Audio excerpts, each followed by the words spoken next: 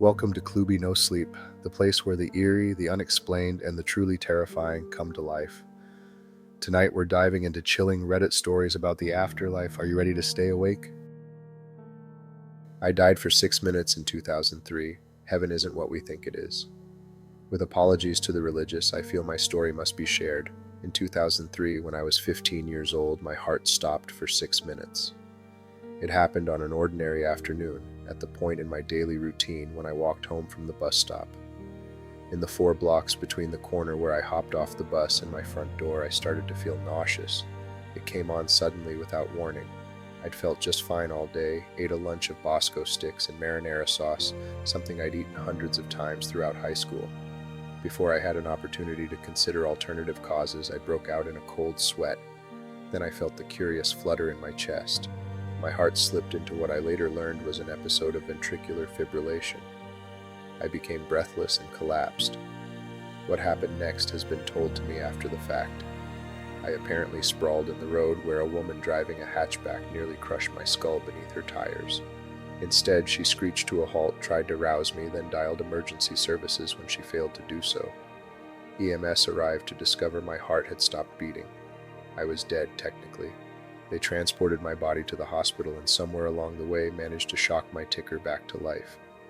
Thus began a harrowing, weeks-long journey through the American healthcare system that led eventually to an ablation, pacemaker, and mountains of debt my family's still dealing with. But my heart's all right, and thank F it is, because what I learned that day has taught me never to thank God for anything. Because for those 6 minutes, as my lifeless body traveled across the city accompanied by 2 paramedics working tirelessly to revive me, my soul transcended our world to visit the hereafter. During my visit, I learned things about our universe that I wish I hadn't. Perhaps in sharing my story, I might help our species prepare for what comes after we expire. It began with light, blinding, white, pervasive. It bathed me, calmed me. It was everything they tell you about. Beatific, welcoming, the stuff of spiritual experiences. I had the distinct feeling of ascent, like the light was lifting me skyward. I passed through several sets of gates which my dizzied consciousness hardly registered. Upon reflection, I don't believe they were physical in any sense, and yet I recall the feeling of admittance, as if they might have prevented me from rising had they remained closed. In any event, I arrived in a place without dimension, a place beyond reality. It only made sense while I occupied it. I don't believe a corporeal being can make sense of the astral plane. Something about its intangible existence defies translation. So what I came away with were more impressions than images. I was not alone. Several life forces enclosed me upon my arrival. At first, because of my Christian upbringing, I believed them to be angels. In my incorporeal form, I made the spiritually equivalent gesture of opening my arms, anticipating their embrace. Instead, I felt myself shackled by their powers like a collared dog. Humiliation and terror came over me. These were not the ethereal beings I'd been led to believe await us. These were cruel, unsympathetic overlords by whom I was fettered.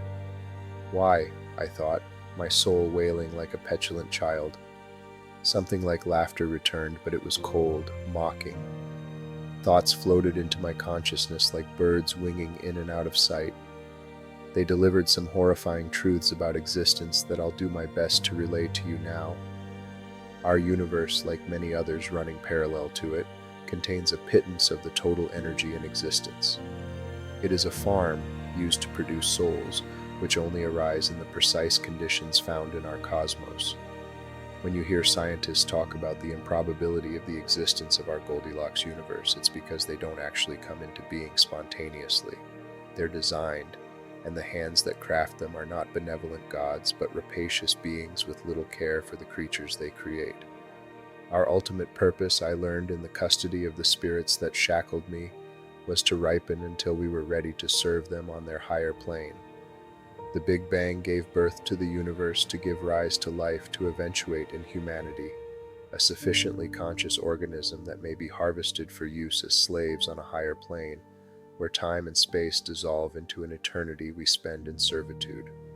6 minutes in heaven felt like a lifetime, which I spent amusing what I perceived to be a childlike spirit with a penchant for psychologically distressing manipulation.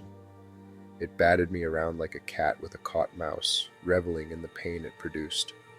Physical discomforts we imagine hell inflicting upon us pale in comparison to the torture of soul pain. Loss of a loved one comes closest, that piercing emotional damage resulting from trauma. When it became clear my time had not yet expired on Earth and I was to return, I was told not to reveal their existence to the rest of my kind. My reward, they communicated to me, would be a marginally improved station among the slave population. Alternatively, if I managed to convince others of their existence, new horrors would await me when I returned. I can't imagine anything worse than what I experienced, subsumed beneath an ineffable grief and torment. For weeks I tried to explain to anyone who would listen what I experienced. Everyone told me I'd suffered a very serious and traumatic experience for a young man, that the event left scars on my psyche as well as my heart. I gave up trying to convince them. I slowly began to convince myself that what they'd told me was true. I'd simply imagined it. A death dream, as it were, the mind reckoning with its own imminent demise, trying to make sense of the experience.